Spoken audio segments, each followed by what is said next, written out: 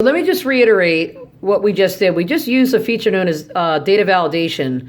And this is to prevent invalid information, in our spreadsheet. So we got our settings tab here. We can indicate a lot of different things. We did the decimal. We said between 3 and 15 for the value, right? Input message.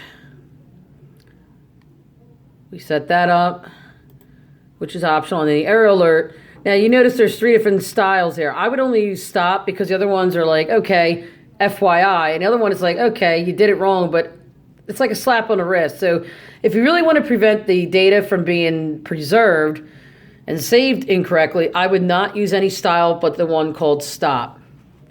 So that's pretty much everything that I put in there. All right. Okay. So let's click OK.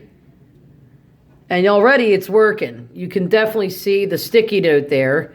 Now, if we want to test it, let's give it a test drive. Put a big number in there.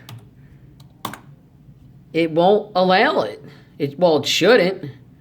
See?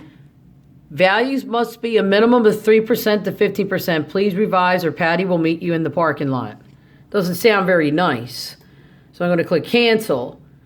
Okay, so I'm going to put like 3.2, hit enter, and it gladly accepts it. As long as it's valid, it is good to go.